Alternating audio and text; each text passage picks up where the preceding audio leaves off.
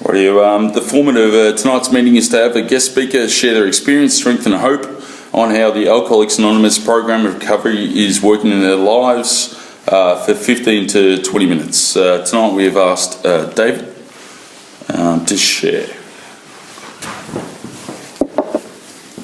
David's my name, I'm an alcoholic. So this is where you all hang out, eh? Fair enough. Good crew. Not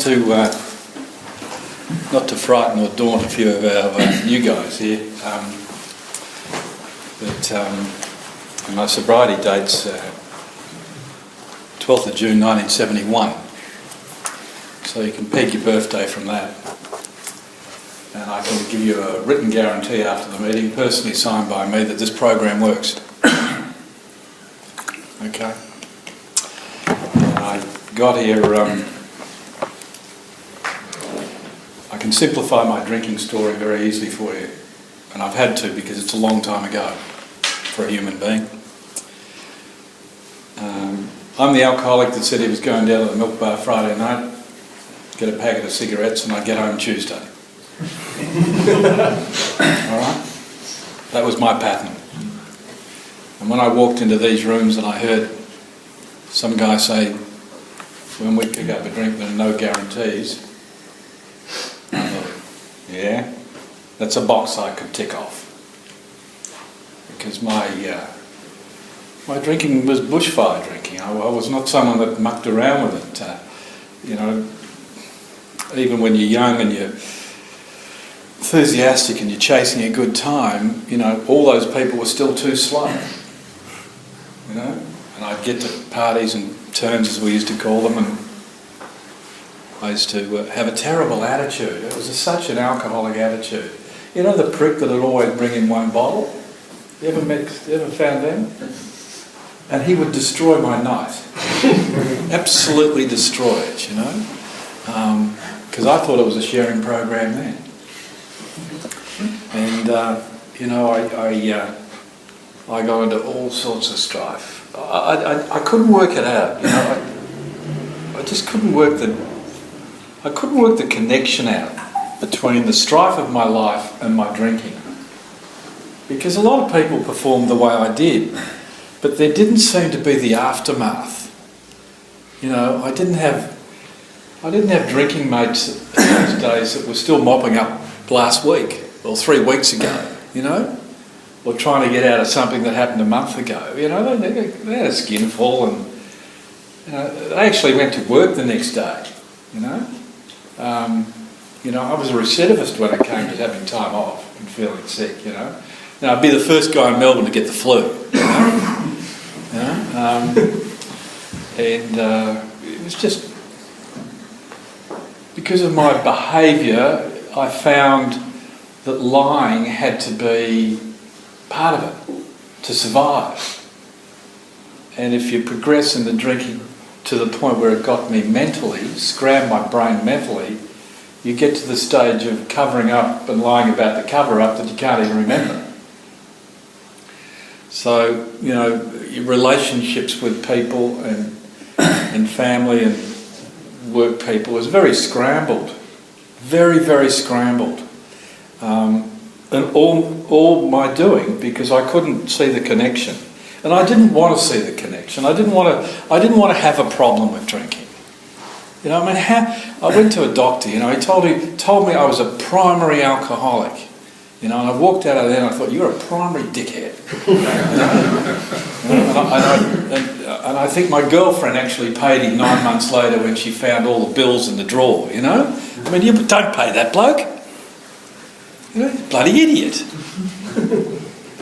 And this was the cocky cage that you were dealing with. I got reasonable jobs. I started a couple of businesses. I was a real goer, and if you're anything like this alcoholic, you get obsessed with the direction you're going, and I used to tie up contracts and all this sort of thing, but you needed 4 battalions of staff to do the work, So chaos started again.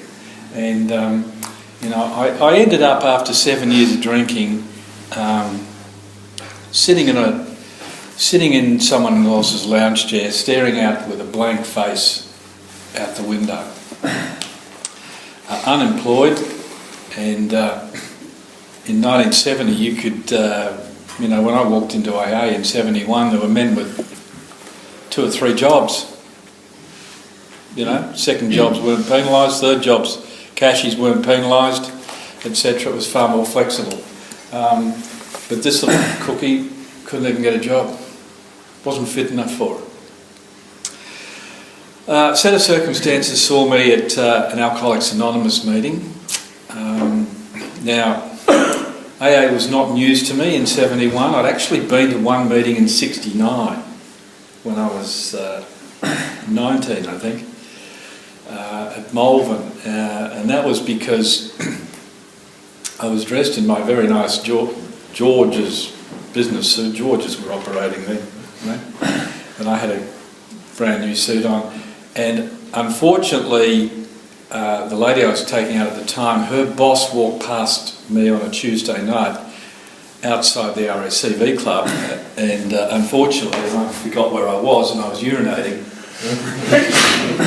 at 6 o'clock at night, so you weren't on your own, and anyway, the report got home, and her people at the time, they owned a taxi truck company, so they sent a taxi truck company in the city to get me, because I could literally not walk. And I was on vodkas at those times. I don't know if you ever tried that, one of the beverages is giving you a major problem, see the swap, And that was scientific. A bloke told me in a pub that was the best thing to do. And I was full of vodka. And I ended up at Little Melbourne, and I can just barely remember it. And it was fascinating because the bloke that was sitting next to me was a young bloke, and he had both his arms in plaster, like that. Okay, for the whole stupid meeting, I was just looking at him, wondering how I could have a drink.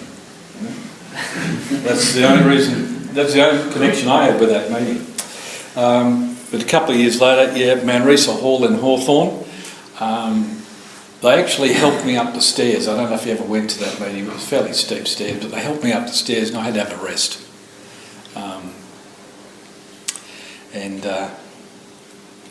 The rest is history. I got hit with the truth that night, and I got met with the stuff like, look, if you don't like this, fair enough. Look, give us 90 days and we'll give all your misery back. If you think you're that smart, go for it. I could see all the yets. My life was a sham. It was an absolute mess. I was medically not well. I wasn't thinking straight. I went to St V's, and they showed me the livers. They showed me a big photo album based at St Vincent's Hospital, and mine wasn't in it, but it was very similar to those that were, and they told me that I could quickly join them because my liver wasn't in too good a shape. But that didn't seem to make much difference either. Fear didn't really rocket me into the dimension of Alcoholics Anonymous.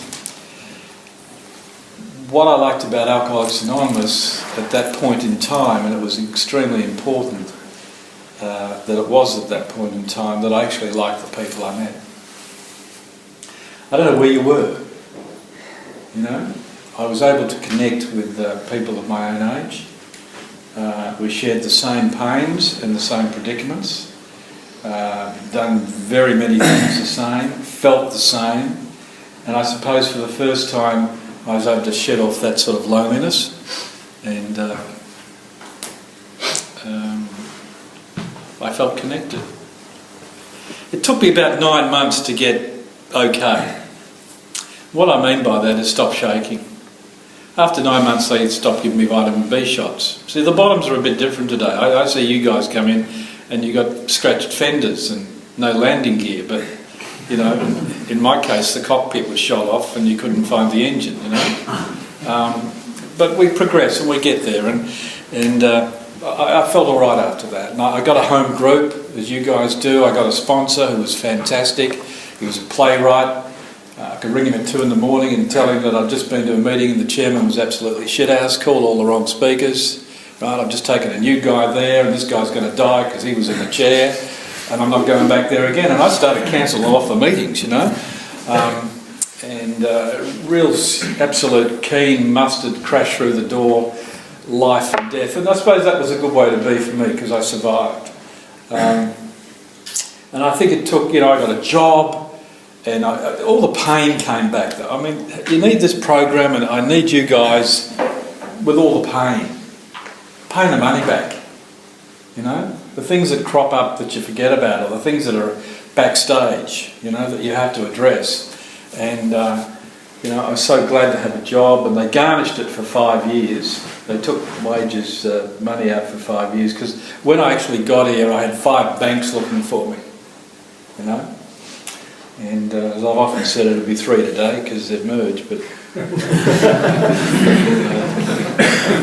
it's, you know, that was a mess. And I think back and I think, and I shake guys' hands and I wonder, and I say to myself, I wonder if that unit's really, if he's had the mess that I've had, because you wouldn't go near the stuff again. How I've had to climb out of things in those days, you know. And to jump forward, it took 5 years for me to get emotionally stable. There's no question of that. And what I've often said about that, emotionally stable, things would happen during the day and I wouldn't overreact to them. That's the simplest way I could put it. You know, if something really good happened, I didn't rocket into the 4th dimension for a week. You know, if something bad happened, I didn't burden you on the telephone for a week about how badly I was done by.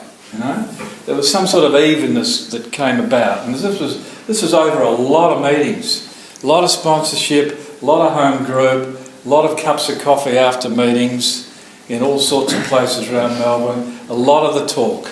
You know, I just needed to come into land, and it took about that. You know, I've really only had 3 home groups in, you know, nearly 42 years. I was at Brighton for many years. Before that I was at what they call the Young People's Group, and now of course I'm at Armadale at the Deal. And I think the biggest mistake that I ever made was that I thought I'd come in here and if I could just stop drinking, I'd be okay. You know? The dominoes would just rock along. And I discovered after that 9 months that I talk about that I was going mad. I was going stark, raving bonkers. We're going to have to try something else if the booze doesn't work. No entry into the program at that stage. You're extremely fortunate because for the men and women that are still around today, though me and been to those meetings, very orientated to step 1 and tradition 3. I don't know what they want to do with the rest of them, post them to us in the mail, I'm not too sure.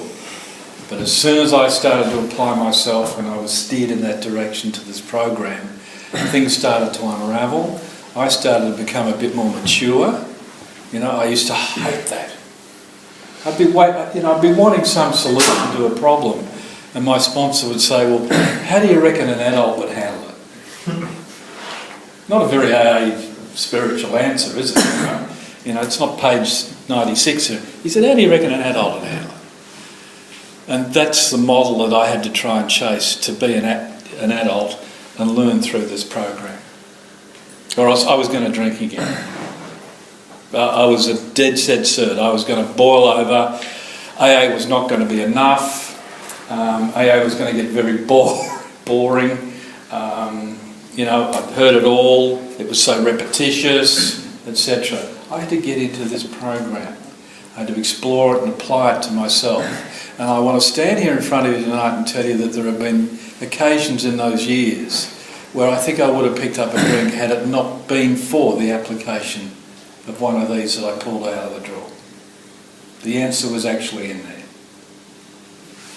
And the other thing that saved my bacon, I think, is that I've always been able to, and this is so important, you guys connect with each other. We need each other like a book in the library. You know, it's not a complete library without each one of us. We've all got that important story and that important recovery. And that's why we've got to be band together. You know, I've seen too many people fragment. Too many people get resentful over something or other. You know, I'm fascinated with AA and alcoholics. We come to AA, we get around AA for a little while, and you know what? It ain't quite right, is it? Who the bloody hell do we think we are? You know, it's not. You know, it's not quite the way it should be now. You know, we used to. I mean, I could get up here and give you the old. It used to be routine, and it was better. Okay, I had to put up with that for a few years too. You know. And I've spilt more than you've drunk, youngster. That's not what this is about. Every one of us that come to AA is absolute gold. And we depend on our recovery and the synergy, and like our own group here tonight. You know, it is just so important to be together. And whether you like the guy, you don't like the guy, irrelevant, because he could be the call. He could be the call that turns your day around. He could be the fella that makes the difference. I've been in that situation myself. You know, I went on a 12-step call some years ago, and I went into the guy's place. He'd been drinking, he'd been around AA for some time, and I was met by him at the door. He'd rung central office, and I was only 5 minutes away. Okay, it was like an ambulance, a 12-step call. I was there in 5 minutes. I happened to be in the area. And he looked at me and said, "Oh, it's fucking you."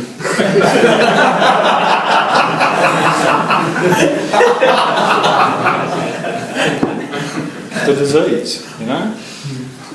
The guy died sober many years later, all right? But oh, it's fucking you. So I throw that in because I don't want you to be ever deterred what comes out of the mouth of an alkie, you know. And if they give you the irrits or whatever, they've had a bad day. There's a lot happening up here. There's goannas and rats running around and all sorts of things under. You know what it's like when we come in the store, you know? We have to be very, very compassionate with each other. And just remember, you know, we're human beings. And that's the way I've survived in the fellowship, you know. And what can I tell you about today? Today is just so full. I don't know what, you know, I don't know whether I'm hurtling towards my death or what. But I'm extremely busy. You know, I have a very complete life. I do a lot of service work in AA.